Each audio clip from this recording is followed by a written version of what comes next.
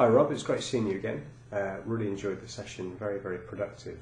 I know we've got a slightly different club comparison, one's driver, one's iron here, but just want to show you a couple of the key points from the session.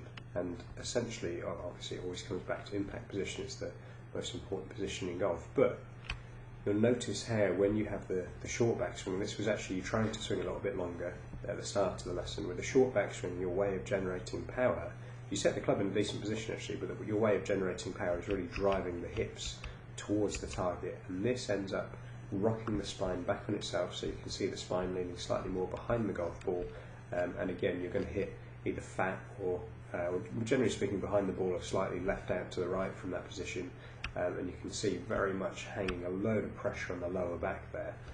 So what we're trying to do, we just have a look at this swing from the end of the session, whereas you actually hit this one really well, trying to get you to wind up a little bit more, plenty of hip turn, actually make the backswing quite a bit slower to force you to swing longer, and look at the length into that backswing. I'm sure you've never been that far back before, so it's almost getting parallel. You're only about 2 or 3 degrees short of parallel, which is great.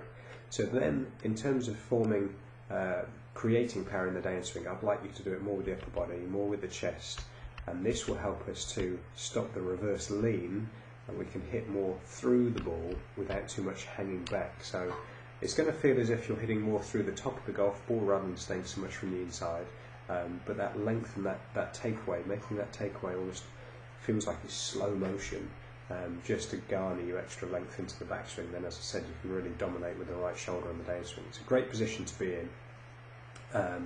in terms of trying to progress the swing pretty quickly. Good things to think about, and as I said, I think you should get on really well with it, and then we can get going on the short game.